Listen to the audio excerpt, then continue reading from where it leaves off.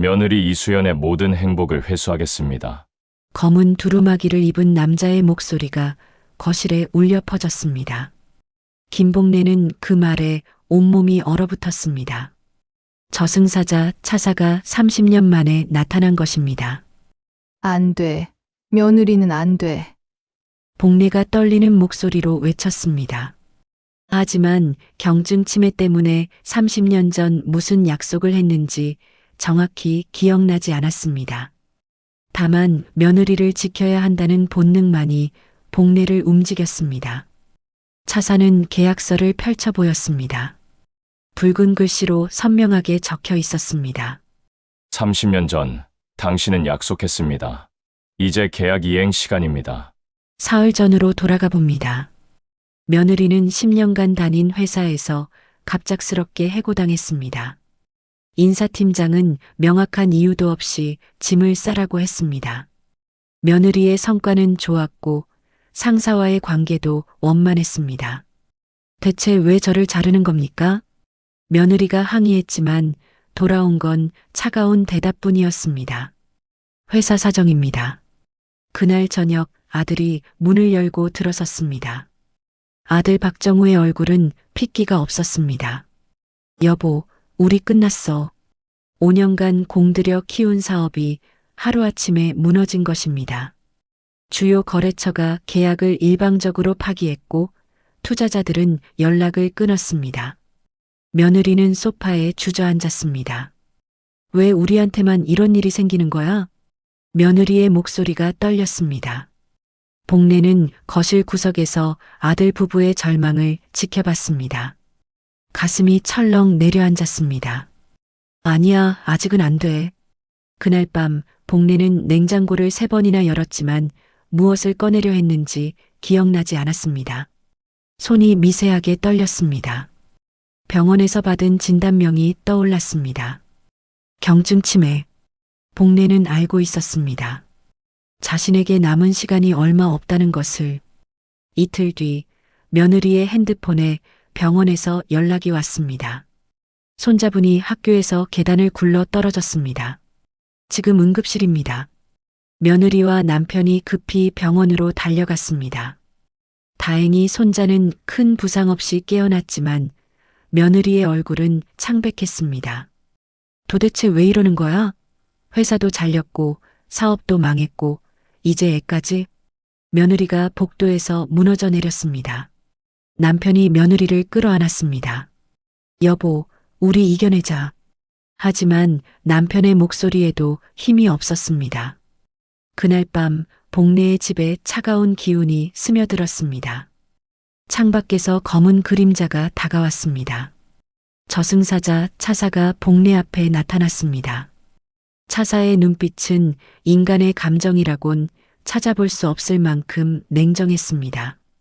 30년 전 당신은 약속했습니다. 차사가 계약서를 펼쳐 보였습니다. 복래는 순간 기억이 흐려졌습니다. 30년 전 어렴풋이 떠오르는 장면이 있었습니다. 남편의 창백한 얼굴, 시한부 선고, 그리고 저승사자와의 거래. 며느리 이수연의 모든 행복을 회수하겠습니다. 유예기간은 당신의 수명이 다할 때까지입니다. 복래가 떨리는 목소리로 외쳤습니다. 내가 바친 건 그게 아니었어. 하지만 치매 증상 때문에 정확히 무엇을 바쳤는지 기억이 나지 않았습니다. 다만 며느리를 지켜야 한다는 본능만이 복래를 움직였습니다. 차사가 차갑게 말했습니다. 당신의 수명이 다하기 전까지 며느리에게 닥칠 불행은 시작에 불과합니다. 복래는 가슴을 쥐어뜯었습니다. 모두 내 탓이야. 내가 30년 전에 무슨 짓을 한 거야? 이 이야기가 궁금하시다면 구독과 좋아요 부탁드립니다. 복래는 밤새 잠을 이루지 못했습니다. 저승사자의 말이 머릿속을 맴돌았습니다. 30년 전의 기억이 안개처럼 흐릿하게 떠올랐습니다. 그날 남편이 시한부 선고를 받았던 날이었습니다. 의사는 6개월이라고 했습니다. 복래는 절망했습니다. 갓 태어난 아들을 안고 병실 복도에서 무릎을 꿇고 울었습니다. 그때 저승사자가 나타났습니다. 살리고 싶습니까? 복례는 고개를 들었습니다. 뭐든 바칠게요. 제발 남편을 살려주세요. 저승사자가 물었습니다.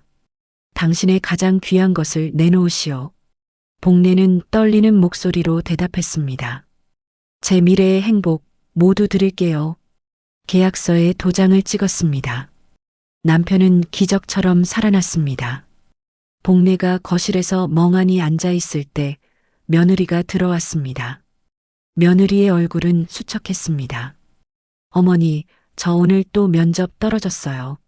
며느리의 목소리가 떨렸습니다. 지난 한 달간 5번의 면접을 봤지만 모두 탈락했습니다. 이상한 일이었습니다. 면접관들은 며느리를 호의적으로 대했지만 결과는 언제나 불합격이었습니다. 그때 창밖에서 차가운 기운이 느껴졌습니다. 저승사자 차사가 나타났습니다. 며느리는 차사를 볼 수 없었지만 복례는 선명하게 볼 수 있었습니다. 차사가 계약서를 펼쳐 보였습니다. 30년 전 당신이 바친 미래의 행복은 무엇이었습니까? 당신의 미래는 아들의 행복이었습니다. 아들의 행복은 며느리 이수연의 평생 행복입니다. 복례는 충격에 입을 다물지 못했습니다. 아니야. 내가 바치려던 건 그게 아니었어. 복례가 소리쳤지만 차사는 차갑게 말했습니다. 계약서에 적힌 대로 집행할 뿐입니다. 며느리가 복례를 바라봤습니다. 어머니, 괜찮으세요? 복례는 며느리를 끌어안았습니다.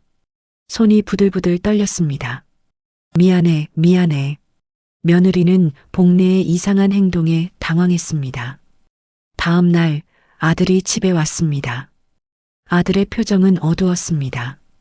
엄마, 은행에서 대출 거절당했어요. 이유도 안 알려주더라고요. 복례는 가슴이 찢어지는 것 같았습니다. 며느리와 아들에게 닥치는 불행이 모두 30년 전 자신의 거래 때문이었습니다.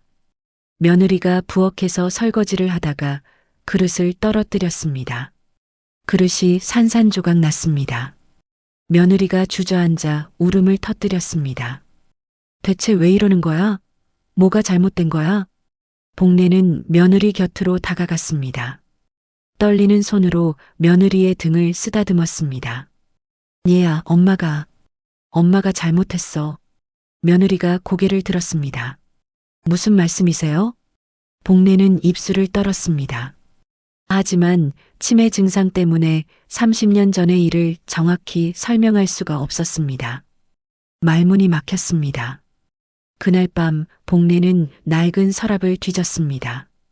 30년 전의 일기장을 찾아야 했습니다. 그 안에 진실이 적혀 있을 것입니다. 손이 떨리는 복례는 서랍 깊숙한 곳에서 낡은 일기장을 꺼냈습니다. 먼지가 풀풀 날렸습니다. 일기장을 펼쳤습니다. 30년 전 남편이 시한부 선고를 받던 날의 기록이 있었습니다. 오늘 저승사자와 거래했다. 내가 바친 것은. 복례는 그 문장을 읽다가 눈물을 흘렸습니다. 자신이 진짜 바치려던 것이 무엇이었는지 이제야 기억났습니다. 며느리는 새벽 5시에 일어났습니다. 오늘은 꼭 취업해야 했습니다. 거울을 보며 화장을 고쳤습니다. 하지만 거울 너머로 검은 그림자가 스쳐 지나갔습니다. 며느리는 느끼지 못했지만 저승사자 차사가 며느리의 뒤를 따라다니고 있었습니다. 면접장에 도착한 며느리는 자신감 있게 발표를 시작했습니다. 면접관들의 표정이 밝았습니다. 그 순간 갑자기 프로젝터가 꺼졌습니다. 정전이었습니다. 죄송합니다. 금방 복구하겠습니다. 며느리가 당황해서 말했지만 면접관들은 고개를 저었습니다. 괜찮습니다. 오늘은 여기까지 하시죠. 며느리는 면접장을 나서며 주먹을 쥐었습니다. 또 떨어졌다는 느낌이 들었습니다. 복례는 일기장을 품에 안고 거실에 앉아 있었습니다. 저승사자 차사가 나타났습니다. 계약 이행은 순조롭습니다.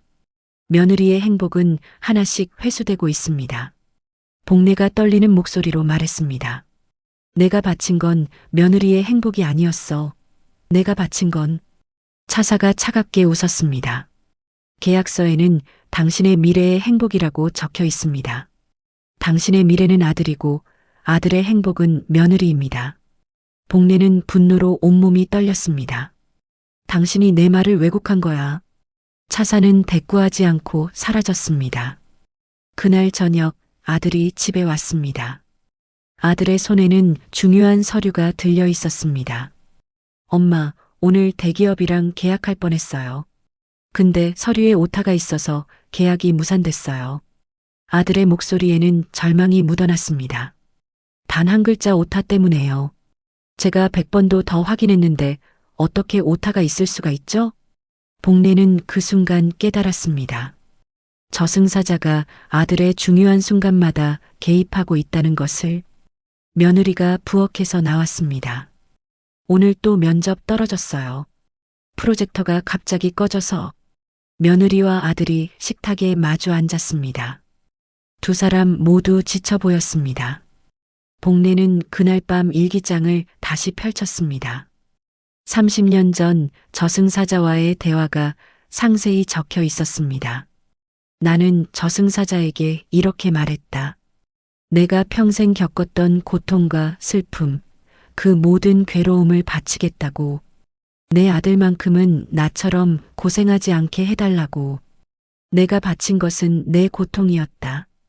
며느리의 행복이 아니었다. 복례는 일기장을 꼭 쥐었습니다. 이것이 증거였습니다. 저승사자가 계약을 왜곡했다는 증거. 다음 날 며느리가 또 면접을 보러 나갔습니다. 복례는 치매 증상을 이용하기로 했습니다. 저승사자가 나타났을 때 복례는 일부러 엉뚱한 행동을 했습니다. 냉장고 문을 열었다 닫았다 반복했습니다. 뭐 하시는 겁니까? 차사가 물었습니다. 기억이 안 나. 뭘 꺼내려고 했더라? 복례가 중얼거렸습니다.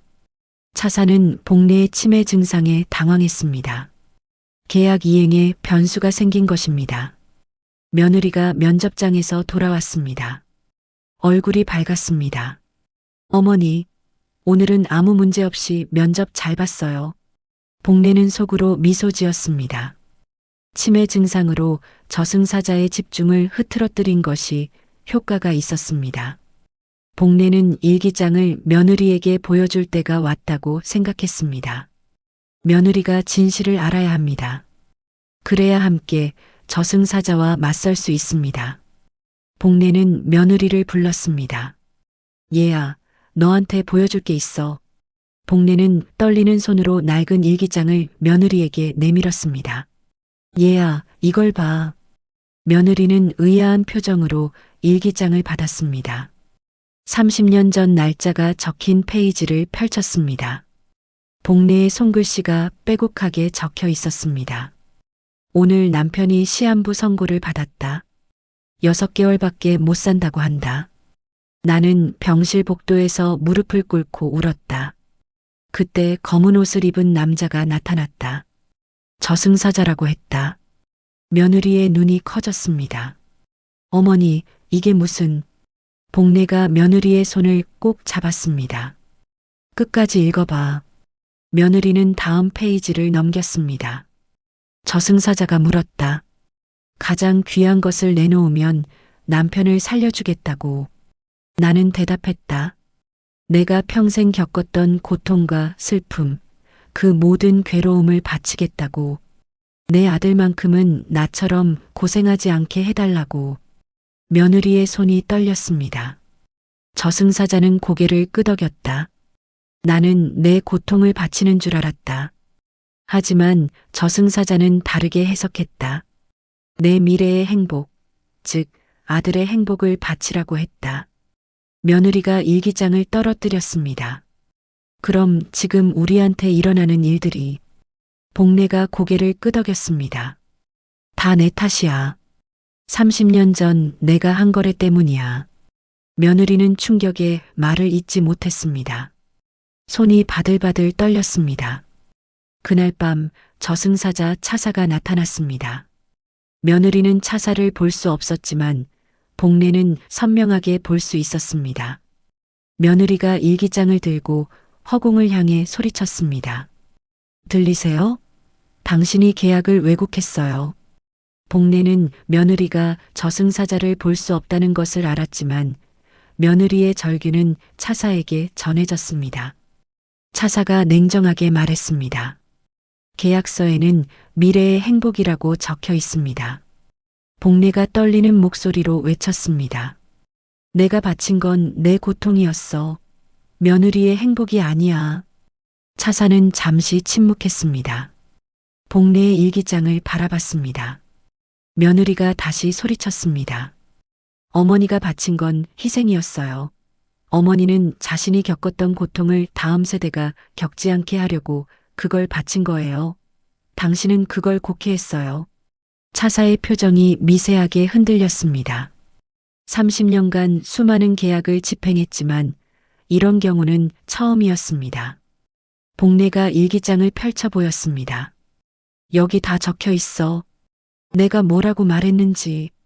차사는 일기장을 들여다봤습니다. 복례의 손글씨가 분명했습니다. 나는 내 고통을 바치겠다고 했다.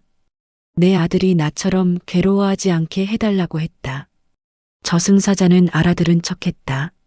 하지만 계약서에는 다르게 적혀 있었다. 차사의 눈빛이 흔들렸습니다. 며느리가 다시 외쳤습니다. 어머니의 진짜 의도는 사랑이었어요. 희생이었어요. 그걸 당신이 이기적으로 해석한 거예요. 차사는 한 걸음 물러섰습니다. 계약서를 다시 펼쳐봤습니다. 붉은 글씨가 흔들리는 것 같았습니다. 복례가 떨리는 목소리로 말했습니다. 내가 바친 건 며느리의 행복이 아니야.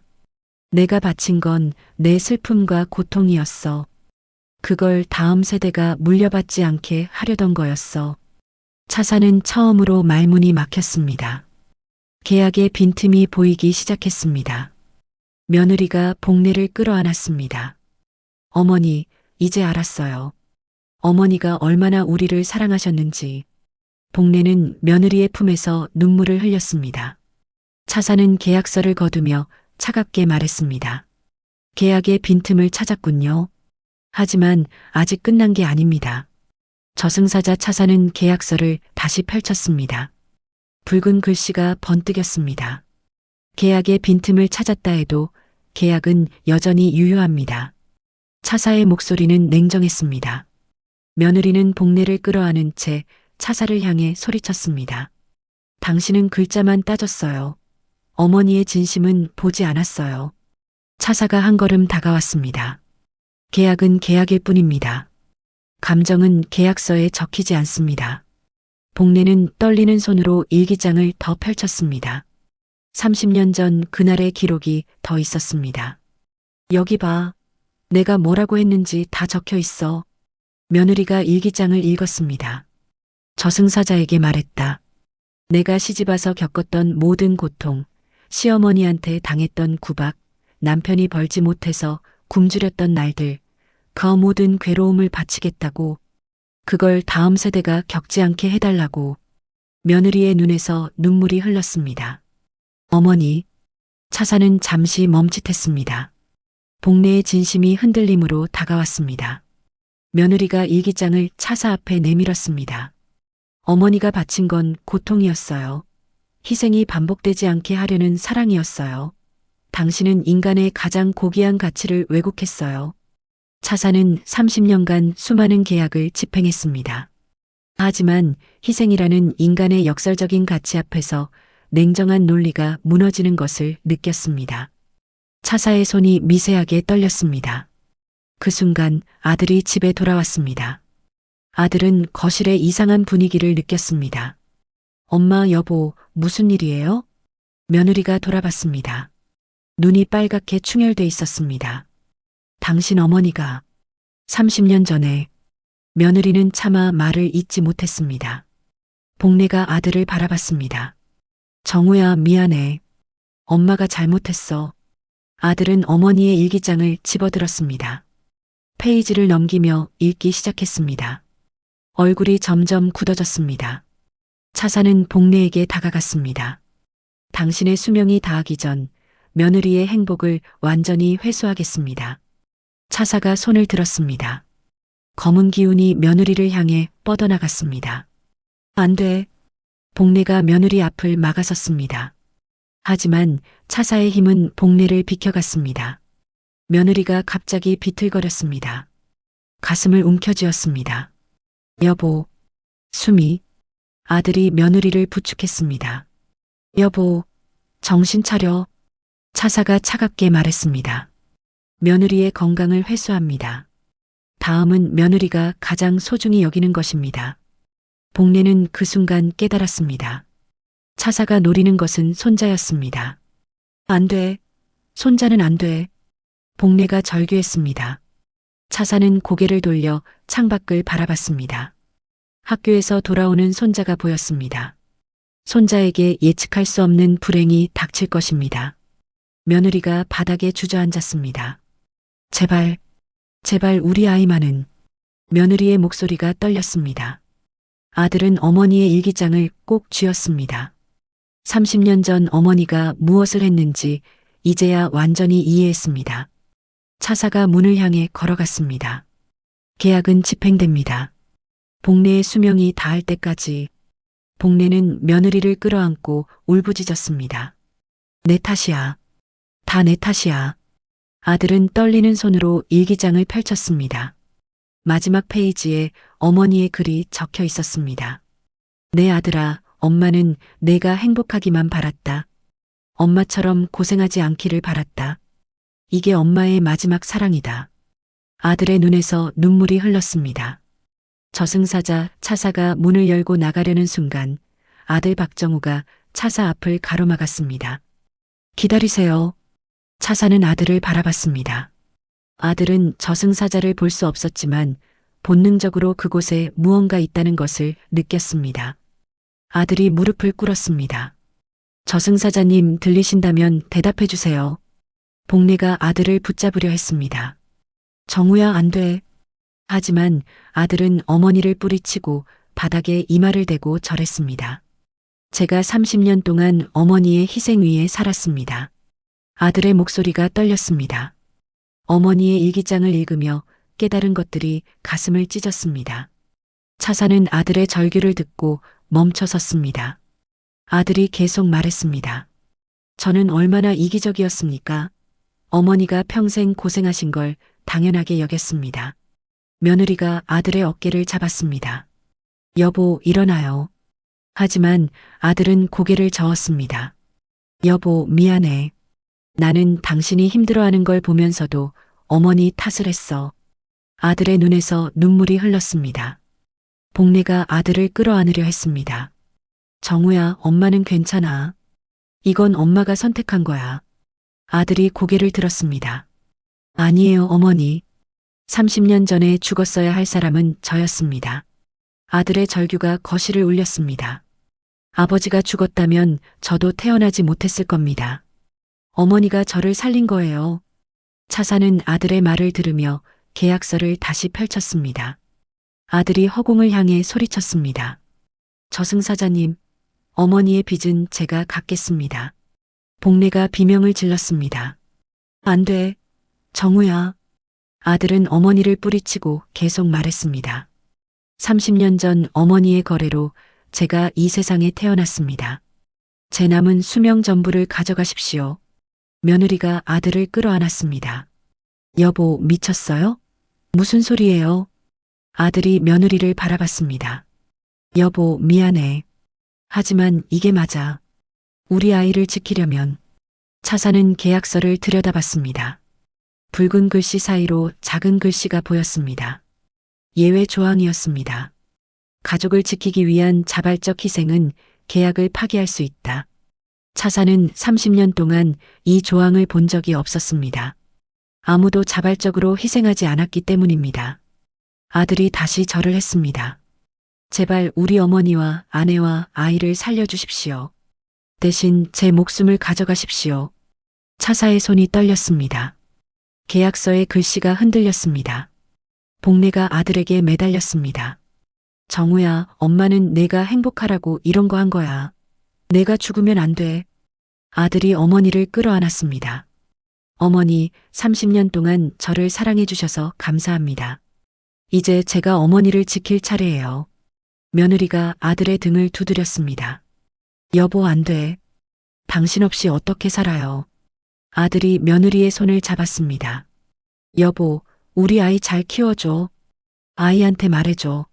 아빠는 할머니와 엄마를 지키려고 떠났다고. 차 사는 계약서를 천천히 접었습니다. 자발적 희생이 확인됐습니다. 차사의 목소리에 처음으로 떨림이 있었습니다. 30년 전 복례의 계약은 파기됩니다. 복례와 며느리가 동시에 고개를 들었습니다. 뭐라고요? 차사가 계약서를 공중에 던졌습니다. 계약서가 불타올라 재가 됐습니다. 아들 박정우의 진심 어린 희생으로 계약이 파기됐습니다. 며느리는 갑자기 가슴의 통증이 사라지는 것을 느꼈습니다. 숨이 편해졌습니다. 복례가 아들을 끌어안고 울었습니다. 정우야, 정우야. 아들도 어머니를 끌어안고 눈물을 흘렸습니다. 차사는 그 모습을 바라보며 천천히 뒤로 물러섰습니다. 당신들의 사랑이 계약을 이겼습니다. 차사의 목소리에는 처음으로 따뜻함이 묻어났습니다. 계약서가 재가 되어 사라진 순간 복례는 가슴을 움켜쥐었습니다. 어머니, 아들과 며느리가 동시에 복례를 부축했습니다. 복례의 얼굴이 창백해졌습니다. 숨이 가빠졌습니다. 병원 가야 해요. 며느리가 급히 119에 전화를 걸었습니다. 차사는 복례를 바라보며 조용히 말했습니다. 계약이 파기되면서 당신의 수명도 다했습니다. 복례는 고개를 끄덕였습니다. 이미 알고 있었다는 듯이. 괜찮아. 이제 됐어. 복례의 목소리는 평온했습니다. 병원 응급실에서 복례는 침대에 누워 있었습니다. 아들과 며느리가 양옆에서 손을 잡고 있었습니다. 의사가 고개를 저었습니다. 더 이상 할 수 있는 게 없습니다. 마음의 준비를 하십시오. 아들이 어머니의 손을 꼭 쥐었습니다. 어머니, 안 돼요. 가시면 안 돼요. 복례는 아들을 바라보며 미소 지었습니다. 놀랍게도 치매 증상이 사라졌습니다. 정신이 온전히 돌아왔습니다. 정우야, 엄마 정신 멀쩡해. 아들은 눈물을 흘리며 어머니를 바라봤습니다. 어머니, 복례가 아들의 머리를 쓰다듬었습니다. 너는 내 아버지보다 30년 더 행복하게 살았어. 그걸로 됐다. 복례의 목소리는 따뜻했습니다. 며느리가 복례의 다른 손을 잡았습니다. 어머니, 저 때문에 이렇게 되신 거 아니에요? 복례가 고개를 저었습니다. 아니야, 얘야. 너는 우리 집에 온 최고의 선물이었어. 며느리의 눈에서 눈물이 흘렀습니다. 복례가 며느리를 바라봤습니다. 30년 전에 엄마는 선택했어. 남편을 살릴 거냐, 포기할 거냐. 엄마는 살리는 쪽을 택했어. 복례는 천천히 말을 이었습니다. 엄마가 시집왔을 때 엄마 시어머니한테 엄청 당했어. 밥도 제대로 못 먹고 매일 구박받고 살았지. 아들은 어머니의 과거 이야기를 처음 들었습니다. 그래서 엄마는 다짐했어. 내 며느리한테는 절대 그러지 말자고. 내가 당한 고통을 물려주지 말자고. 복례의 목소리가 떨렸습니다. 저승사자한테 거래할 때도 그 생각뿐이었어. 내 고통을 바칠 테니 다음 세대는 행복하게 해달라고. 며느리가 복례의 손을 두 손으로 꼭 잡았습니다. 어머니, 복례가 미소 지었습니다. 근데 저승사자는 다르게 해석했지. 내 미래의 행복, 즉 너의 행복을 가져간다고. 복례는 천천히 숨을 내쉬었습니다. 하지만 괜찮아. 정우가 엄마를 구해줬어. 내 빚은 이제 없어. 그 순간 병실 문이 열리고 저승사자 차사가 들어왔습니다. 이번에는 아들과 며느리도 차사를 볼 수 있었습니다. 며느리가 놀라 뒤로 물러섰습니다. 당신이. 차사는 복례에게 다가왔습니다. 당신의 영혼을 인도하러 왔습니다. 복례가 고개를 끄덕였습니다. 알아. 이제 갈 시간이지. 아들이 차사 앞을 막아섰습니다. 어머니를 데려가지 마세요. 차사는 아들을 바라봤습니다. 차사의 눈빛에 처음으로 슬픔이 묻어났습니다. 나도 과거에 사랑하는 사람을 지키려다 실패했습니다. 차사가 처음으로 자신의 과거를 고백했습니다. 그래서 벌을 받아 저승사자가 됐습니다. 30년간 냉정하게 계약만 집행했습니다. 차사의 목소리가 떨렸습니다. 하지만 당신들의 사랑을 보고 깨달았습니다. 진정한 희생이 무엇인지. 차사의 눈에서 눈물이 흘렀습니다. 저승사자가 우는 모습을 보고 아들과 며느리는 놀랐습니다. 복례가 차사를 바라보며 말했습니다. 당신도 힘들었겠구나. 차사는 복례에게 고개를 숙였습니다. 당신의 사랑 덕분에 제 한이 풀렸습니다. 복례는 아들을 바라봤습니다. 정우야, 엄마는 행복했어. 너를 30년 동안 볼 수 있었으니까. 아들이 어머니를 끌어안고 울었습니다. 어머니 사랑해요. 복례가 며느리도 끌어안았습니다. 얘야, 우리 정우 잘 부탁해. 며느리가 고개를 끄덕이며 울었습니다. 복례는 천천히 눈을 감았습니다. 얼굴에는 평온한 미소가 떠올랐습니다. 내 빚은 이제 다 갚았어. 복례의 숨이 멈췄습니다. 아들과 며느리가 복례를 부르며 울부짖었습니다. 차사는 복례의 영혼을 조심스럽게 인도했습니다. 복례의 영혼이 빛나는 모습으로 떠올랐습니다. 차사가 아들을 향해 말했습니다. 자발적 희생으로 빚이 모두 청산됐습니다. 당신의 목숨은 거두지 않습니다. 아들이 고개를 들었습니다. 제 목숨은요? 차사가 고개를 끄덕였습니다. 어머니의 계약은 가족이라는 가치로 승화됐습니다. 이승과 저승의 법칙을 초월한 것입니다. 차사는 복례의 영혼과 함께 사라졌습니다. 병실에는 아들과 며느리만 남았습니다. 두 사람은 복례의 빈 침대를 바라보며 눈물을 흘렸습니다. 복례의 장례식이 끝난 지 한 달이 지났습니다. 며느리는 아침 일찍 일어나 거울을 봤습니다. 얼굴에 생기가 돌았습니다. 지난 몇 달간 괴롭혔던 두통과 가슴 통증이 완전히 사라졌습니다. 여보, 오늘 면접 결과 나와요. 며느리가 아들에게 말했습니다. 아들이 며느리의 손을 잡았습니다. 잘 될 거예요. 이번엔 다를 거예요. 그날 오후 며느리에게 전화가 왔습니다. 합격하셨습니다. 며느리는 눈물을 흘리며 아들을 끌어안았습니다. 여보, 됐어요. 드디어 됐어요. 아들도 며느리를 꼭 안았습니다. 어머니가 지켜보고 계실 거예요. 아들의 사업도 조금씩 회복되기 시작했습니다. 끊어졌던 거래처에서 연락이 왔습니다. 박 대표님, 다시 거래하고 싶습니다. 아들은 놀랐지만 침착하게 대답했습니다. 감사합니다. 최선을 다하겠습니다. 전화를 끊고 아들은 어머니의 사진을 바라봤습니다. 어머니, 제가 이제 제대로 살겠습니다. 아들은 매일 아침 어머니의 사진 앞에서 절을 했습니다. 어머니의 희생을 잊지 않기 위해서였습니다. 며느리도 퇴근 후 시어머니의 사진 앞에 꽃을 놓았습니다. 어머니, 오늘도 감사했어요. 손자가 할머니 사진을 보며 말했습니다. 할머니, 보고 싶어요. 며느리가 손자를 안았습니다.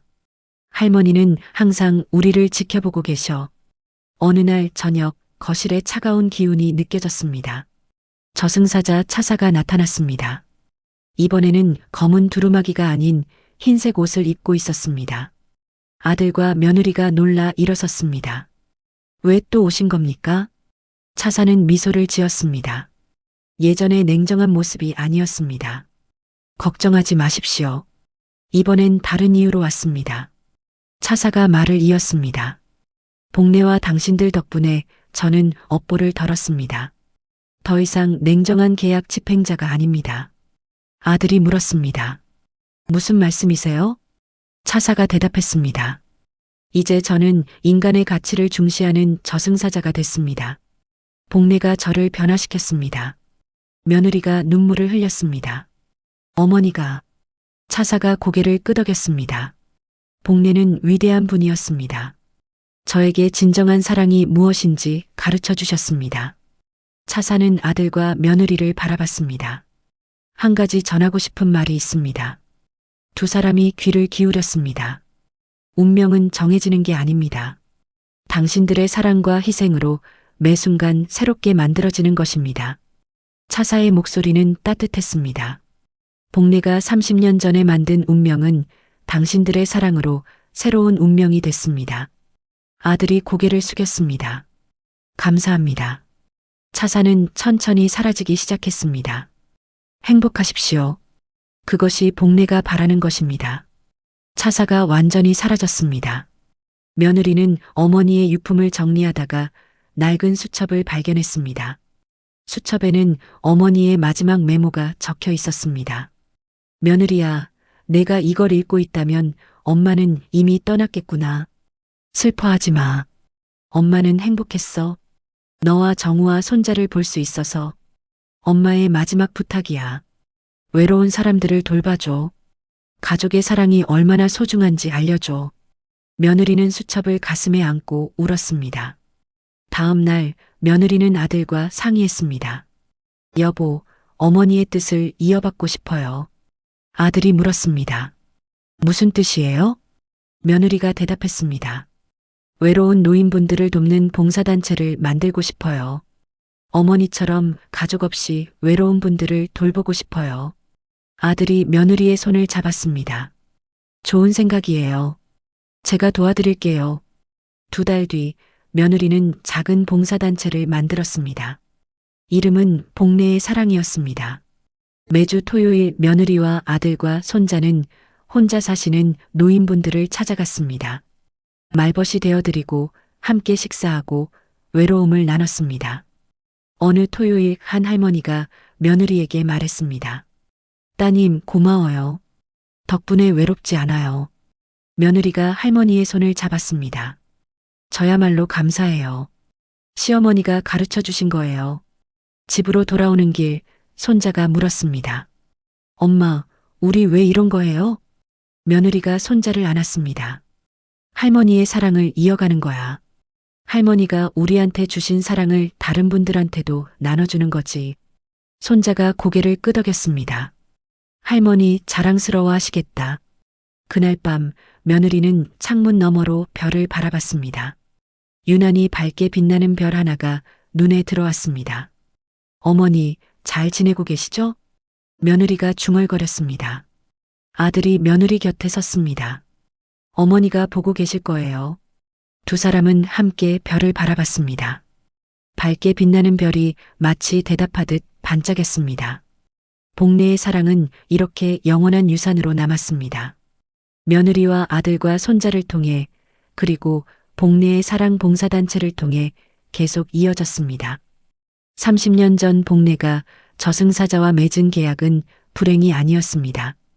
그것은 가족을 지키려는 어머니의 위대한 사랑이었습니다. 그 사랑은 시간을 초월해 영원히 빛났습니다. 여기까지 시청해 주셔서 감사합니다. 이 이야기가 마음에 드셨다면 구독과 좋아요 부탁드립니다. 여러분의 가족도 복례처럼 사랑으로 빛나기를 바랍니다.